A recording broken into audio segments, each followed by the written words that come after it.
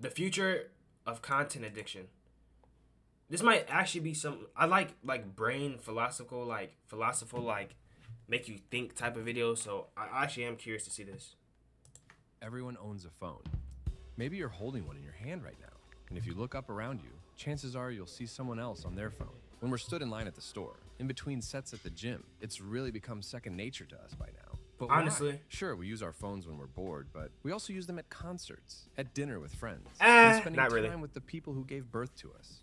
When Steve Jobs first introduced the iPhone back in 2007, there wasn't really much you could do with it. Sure, you could send a text to your friends, call them if you needed, maybe play a game of chess if you like. Fast forward 6,238 days later, and the impulse to pull out our phones and mindlessly watch split-screen TikToks pretty much consumes every single one of us. Not me. So, what the f*** happened? And more, I'm not gonna sit here and act like I'm above the world because I don't watch TikTok and do the mind stuff. Like, I definitely do sit down and watch YouTube for hours.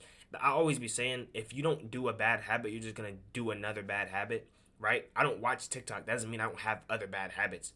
I don't watch TikTok, so I scroll on Instagram. Or I don't use Instagram, so I'm watching Twitter all day. I don't use Twitter, Instagram, or scroll on TikTok, but I watch YouTube videos for 20 hours a day. Like, you're just gonna make another bad habit. So we all have a bad habit with the phone. It's just we pick and choose which one to adapt to. YouTube at least won't have you with short-term addiction spans. more importantly, what does the future of content addiction really look like? There's a plane going by. I'm gonna wait for it. Hold on, just wait for the plane. Just wait for the plane. I don't know if y'all can hear that or not, but it's annoying. Like, all right, we're good. Hold on. See what I mean? If you seen that story I was talking about with the plane almost hitting me, there's just random planes. I don't live next to an airport. Hello? I'm sorry. Now, if there's one fatal flaw the human species has, it's our curious nature. Sure, it helps us advance as a species and also as individuals. It gives us a reason to learn and create new things. But how does it end? We've already become so Wait a minute. addicted to watching it. It I don't gives want us a to make this super short video super long, but reason to learn, this is Elon Musk. create new things.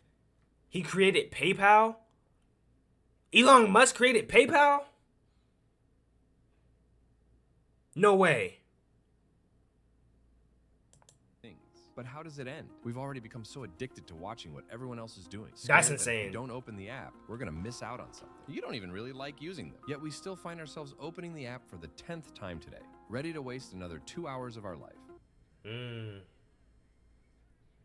mean, it's a lot of Without leisure you time. even knowing, there's an army of people working to make sure you stay like that. None of this is random. These big social media companies have one main objective: keep you on the platform. And so they manipulate you. They know exactly how the human mind works, and they take advantage of that. When you grab your phone first thing in the morning, when you open an Don't app do that. without even thinking about it, all of the habits you have, all of them have been specifically engineered to happen. The apps are literally designed after a slot machine. The way we can pull down and refresh the feed, getting another hit of instant dopamine.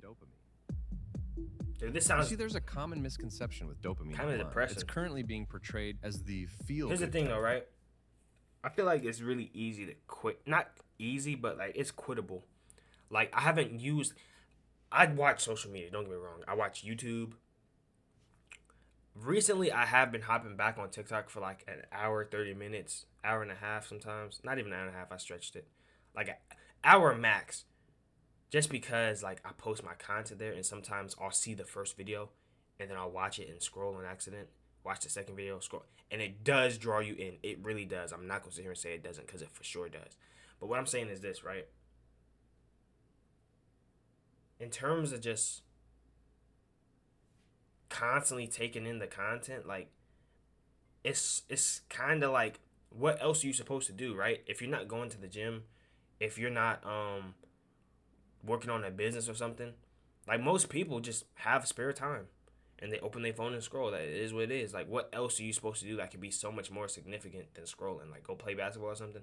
And I'm not advocating for you to be scrolling all day. I'm just saying, like, we fill our time with things that are bad habits.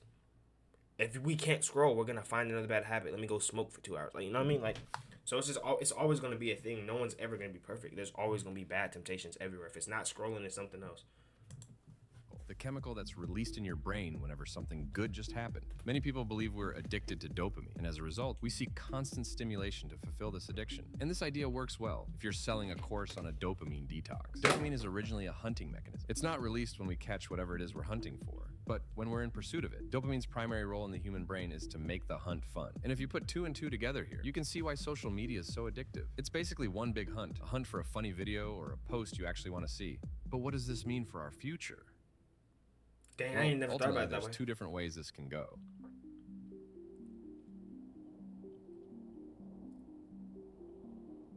This is a really good video. Will be one of dystopia.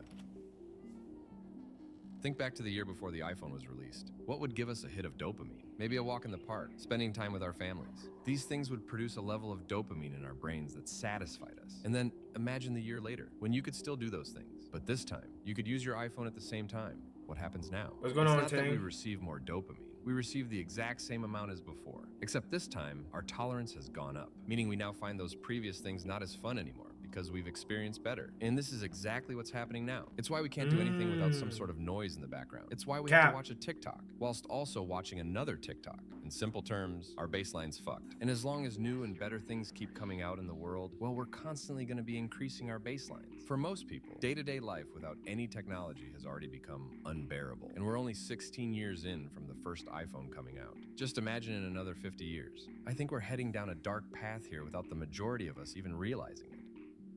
Or do we have the ability to turn this around?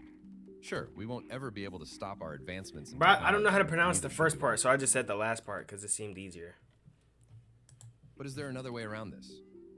We've all seen the recent rise in popularity of genuine content. Podcasts over the last few years have skyrocketed in views, and people just sitting down talking to a camera are being heavily pushed in the algorithm. And why is this happening? Well, humans crave social connection. And at first, social media was there to help us with that. And it worked. In the early days, we didn't have this problem. Social media was used as a tool to connect us with people. But when they realized they could take advantage of that, it was no longer about giving us social connection, but giving us a false feeling of it. I mean, when was the last time you actually got some value out of social media? And people are starting to realize this. People like you and many more across the world are just tired of being fed bullshit every day. And we're actually taking a step back for once. And the whole point of this video is to ask you to take that step. A step away from all the content, my videos included. Because ultimately, it's our children who will be suffering the true consequences if we carry on at this trajectory. And so, keeping that in mind, just ask yourself, what do you value more? Keeping those apps on your phone, or a better future for your children? This is a great video. He hit a lot of nails on the head, I'm not gonna cap. But Sam So blew up for just posting like hour-and-a-half long videos of no editing, like nothing, just him talking to a camera, bro. Cause this was a good video. Opened my eyes a little bit too, like low key.